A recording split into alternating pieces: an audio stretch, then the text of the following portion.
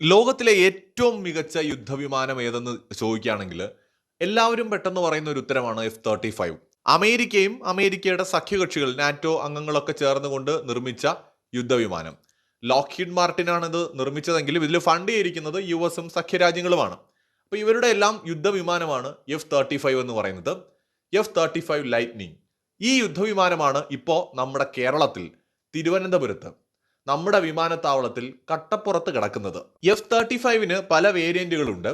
അതിൽ British variant ആണ്, അതായത് ബ്രിട്ടൻ വാങ്ങിയിട്ടുള്ള F-35B ലൈറ്റ്നിങ് 2. ഇത് ബ്രിട്ടന്റെ നേവിയുടെ കൈവശമുള്ള ഒരു എയർക്രാഫ്റ്റ് ആണ്. ബ്രിട്ടന്റെ വിമാനവാഹിനി കപ്പലിൽ ഉപയോഗിക്കുന്ന ഒരു എയർക്രാഫ്റ്റ് ആണിത്. ബ്രിട്ടന്റെ കയ്യിൽ നിലവിൽ ആക്റ്റീവായിട്ട് 2 വിമാനവാഹിനി കപ്പലുകൾ ഉണ്ടെന്നാണ് കാണുന്നത്.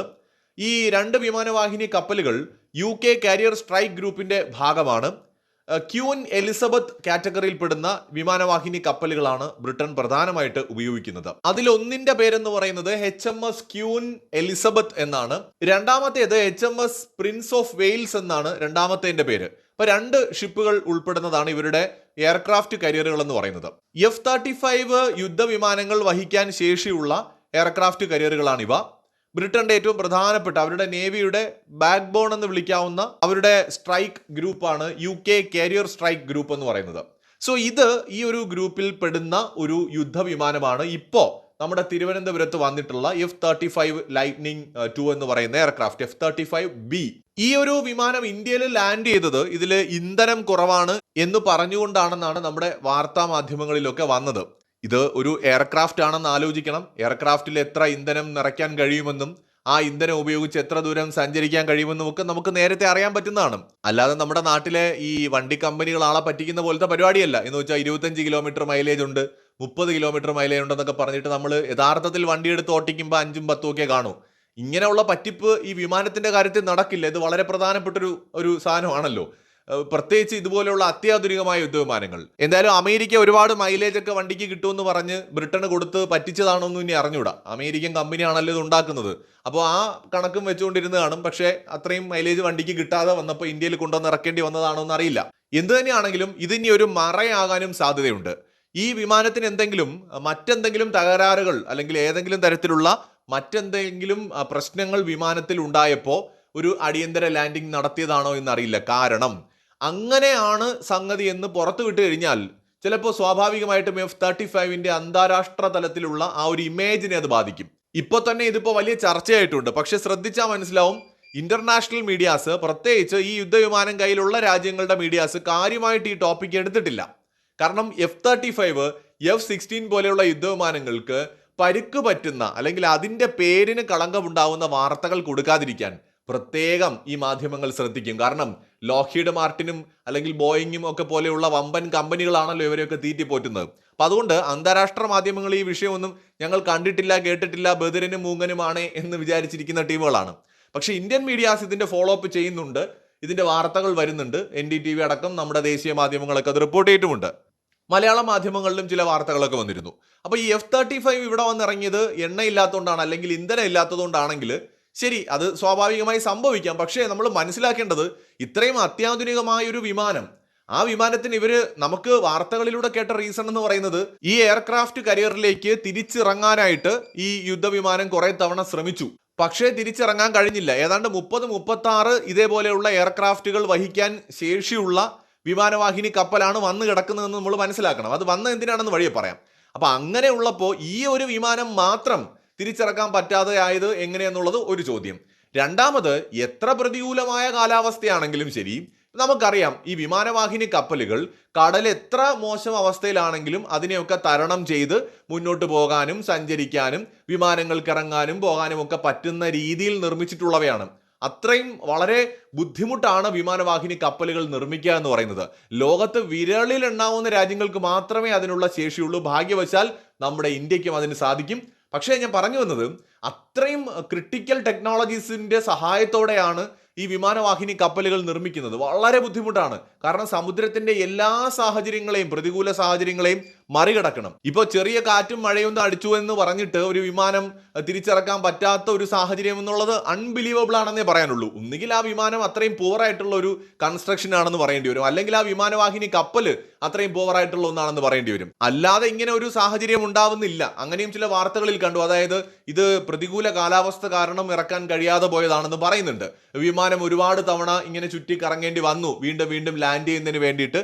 പക്ഷെ പറ്റിയില്ല. അങ്ങനെ പറ്റാതെ വന്നതുകൊണ്ട് ഇന്ത്യയോട് സഹായം ചോദിച്ച് നമ്മുടെ വിമാനത്താവളത്തിൽ അടിയന്തരമായിട്ട് ലാൻഡ് ചെയ്യേണ്ടി വന്നതാണ് ഇന്ധനം നിറയ്ക്കാൻ എന്നാണ് പറയുന്നത്. ചിലപ്പോൾ ഇതിൽ എന്തെങ്കിലും ക്രിട്ടിക്കൽ ആയിട്ടുള്ള എറർ സംഭവിച്ചിരിക്കാം ഈ വിമാനത്തിന്. അപ്പൊ അതുകൊണ്ട് തന്നെ ഇത് ഈ വിമാനവാഹിനി കപ്പലിൽ ഇറക്കുന്നതിന് അത് കാരണം ചിലപ്പോൾ തടസ്സമുണ്ടായതുമാകാം. പക്ഷെ അതൊന്നും ഇവർ പുറത്തു വിടത്തില്ല. അതാണ് ഇതിനകത്തുള്ള പ്രത്യേകത.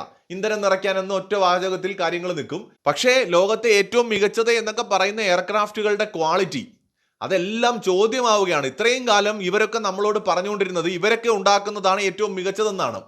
ചൈന പറയുന്നു അവരുടെ എയർ ഡിഫൻസ് സിസ്റ്റമാണ് ലോകത്തിലെ ഏറ്റവും മികച്ചതെന്ന്. ആ എയർ ഡിഫൻസ് സിസ്റ്റംസ് ആണ് അവിടെ ഇപ്പോൾ ഒരു ചാക്കിൽ വാരിക്കെട്ടി വെച്ചിരിക്കുന്ന പാകിസ്ഥാൻ. ഇന്ത്യ അടിച്ചു തകർത്തിട്ടത്. ചൈന പറഞ്ഞു അവരുടെ കയ്യിലിരിക്കുന്ന PL-15 ആണ് ലോകത്തിലെ ഏറ്റവും മികച്ച ബിയോണ്ട് വിഷ്വൽ റേഞ്ചിൽ പോകാൻ പറ്റുന്ന ഏറ്റവും മികച്ച മിസൈൽ എന്ന് പറഞ്ഞു. ഇന്ത്യ ഒരു തീപ്പെട്ടി കൊള്ളി ഇങ്ങനെ കത്തിച്ചിട്ട് നമ്മൾ അത് പെട്ടെന്ന് അണഞ്ഞു പോയാൽ എങ്ങനെ ഉണ്ടാവും? നമ്മളൊരു തീപ്പെട്ടി എടുത്ത് അതിങ്ങനെ കത്തിക്കുന്നു, കത്തി ഉടനെ തന്നെ അണഞ്ഞു പോകുന്നു. അത് നമുക്ക് ആവശ്യത്തിന് ഉപയോഗിക്കാൻ കഴിയാതെ വരുന്നൊരു അവസ്ഥയില്ലേ? അതുപോലെയാണ് പാകിസ്ഥാന്റെ ഒരു PL-15 മിസൈൽ ഇന്ത്യയിലോട്ട് വന്നത്. ഇന്ത്യ അടിച്ചു താഴെ ഇട്ടത്. മുഴുവനായിട്ടും നമുക്കത് കിട്ടിയിട്ടുണ്ട്. അപ്പോൾ ഇതൊക്കെയാണ് ഇവരുടെ ആയുധങ്ങളുടെ പ്രത്യേകത. അമേരിക്കയുടെ ഏറ്റവും മികച്ച ഡ്രോണുകൾ എന്ന് പറയുന്ന MQ റീപ്പർ എന്ന് പറയുന്ന ഒരു ഡ്രോൺ ഉണ്ട്. 7 എണ്ണമാണ് ഈ ഡ്രോണുകളെ യമനിലെ ഹൂതികൾ തകർത്തത്. 7 ഡ്രോണുകൾ. ഈ MQ റീപ്പർ എന്ന് പറയുന്നത് ഒരു സാധാരണ ഡ്രോൺ ആണോ? അല്ല. വേൾഡിലെ ഏറ്റവും ബെസ്റ്റ് ഡ്രോൺ. ജനറൽ അറ്റോമിക്സ് നിർമ്മിക്കുന്ന വേൾഡിലെ ഏറ്റവും ബെസ്റ്റ് ഡ്രോൺ എന്നാണ് ഇത് അറിയപ്പെടുന്നത്.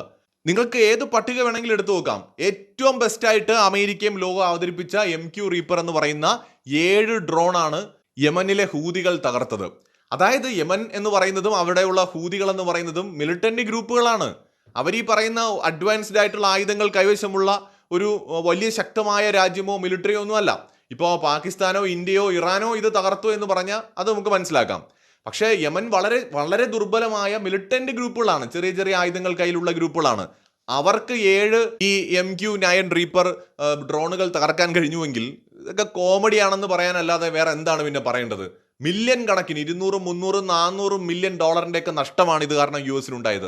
ടോട്ടൽ ലോസ് 1 ബില്യൺ ആണ് യമനിൽ US-നുണ്ടായിരിക്കുന്നത്. സോ അതൊക്കെയാണ് ഇവരുടെ ആയുധത്തിന്റെ ക്വാളിറ്റി എന്ന് പറയുന്നത്. ഞാൻ പറയുന്നത് ഇത് ടെക്നോളജി മോശമാണെന്നുള്ളതല്ല, ഇവർ ഈ പറഞ്ഞ് പ്രചരിപ്പിക്കുന്നത് പോലെ ഒന്നും ഇല്ല എന്നുള്ളതാണ്. എല്ലാ യന്ത്രങ്ങൾക്കുമുള്ള പോരായ്മകൾ ഇവരുടെ യന്ത്രങ്ങൾക്കുമുണ്ട്. പക്ഷെ ഇവരുടെ യന്ത്രങ്ങളുടെ പോരായ്മ ഇവർ വെളി പറയൂല. അത് പലപ്പോഴും പ്രൂവ് ചെയ്യപ്പെട്ടാലും ഇവർ മിണ്ടില്ല. കാരണം ഇന്നത്തെ ലോകത്തെ മാധ്യമങ്ങൾ, ഏജൻസികൾ ഇതെല്ലാം ഇവരുടെ കൺട്രോളിലാണ്. അപ്പൊ ഇവർ ഈ ഉണ്ടാക്കി വെക്കുന്ന സാധനം അതിപ്പോ ഒരു ഓട്ട വീണ മീൻചട്ടി ആണെങ്കിൽ പോലും അത് ഏറ്റവും ബെസ്റ്റ് ആണെന്നും പറഞ്ഞ് ഇവരങ്ങ് അവതരിപ്പിക്കും. അതാണ് ഇവരുടെ ഒരു പ്രത്യേകത.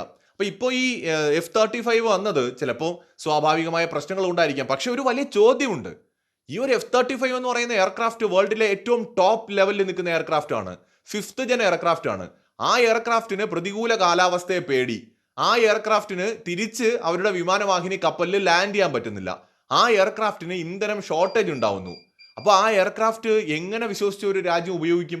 ഇനി അത് എങ്ങനെ ഇന്ത്യൻ മഹാസമുദ്രത്തിനടുത്ത് വന്നു എന്ന് ചോദിച്ചാൽ, ഇന്ത്യയുടെയും ബ്രിട്ടന്റെയും നേവികൾ തമ്മിൽ കഴിഞ്ഞ ഒരാഴ്ച മുമ്പ് ഒരു ഡ്രില്ല് നടന്നിട്ടുണ്ടായിരുന്നു.